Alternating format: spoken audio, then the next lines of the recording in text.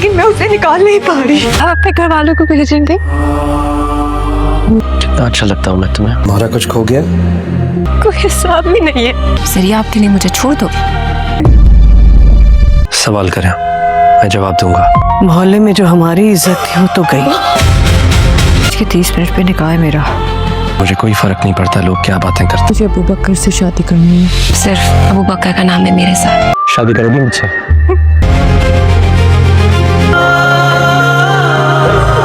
बेकरारी से तुम अल्लाह को याद करो ना, तो अल्लाह तुम्हें दुनिया की सारी नेमतें दे देगा। यहाँ छुट्टी रखी हुई है। हमारे बगैर किसी चीज की कोई वैल्यू नहीं है। जामिन मिल जाए बस। इश्क अल्लाह जिसे चाहता है गुमराह रहने देता है। और रसूल के बाद किसी से इश्क है तो वो आप है। कुछ वक्त गुजरेगा and you're going to regret this। 1 minute लगाओ ना, जरा आप मेरे पीछे भाग गया है। कुछ हफ्ते पहले ख्वाब देखा था,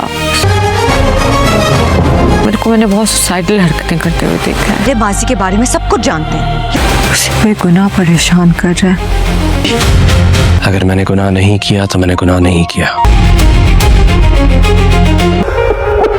मुझे नहीं पता था वो एकदम से ऐसे गायब हो जाएगा। मुझे तो लगता है मैं जामिर को कभी नहीं भूल पाऊंगी। Why don't you involve some police or anything? मेरी एक ही बेटी है। बहुत रिग्रेट्स हैं जिंदगी में। एक और से बाप आपकी नाफरमान।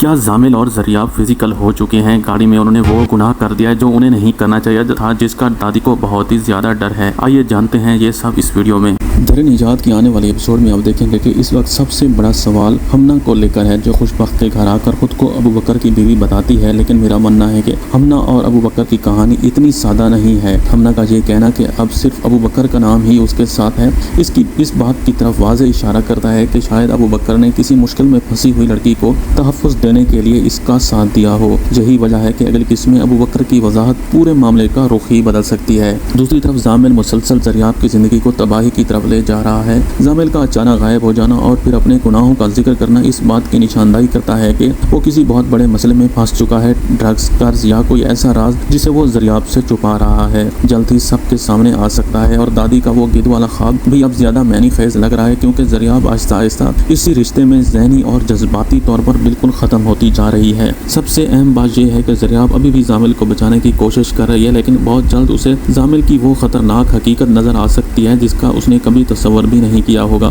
मुमकिन है जरियाब खुद जामिल की तलाश करने निकले और वहाँ उसे मालूम होगा जिस शख्स के लिए वो अपना मुस्तकबिल और ख्वाब कुर्बान कर रही है वो खुद अपनी जिंदगी तबाह कर चुका है। उधर वजीर मलिक असद की अबू बकर और उसकी वालदा में दिलचस्पी भी एक बड़े राज की तरफ इशारा कर रही है। मुमकिन है अबू बकर का ताल्लुक किसी ऐसे ताकतवर खानदान से हो जिसकी हकीकत अभी तक सबसे छुपाई गई है। यानी अगली किस्त में एक तरफ अबू बकर और हमना का राज खुलेगा, जबकि दूसरी तरफ जरियाब के सामने जामिल की असल हकीकत आने का इम्कान है। और शायद यही वो मोड़ होगा जहाँ जरियाब को पहली बार समझ आएगा कि हर बेचैनी मोहब्बत नहीं होती, बाज़ औक़ात वो खतरे की वार्निंग भी बन जाती है।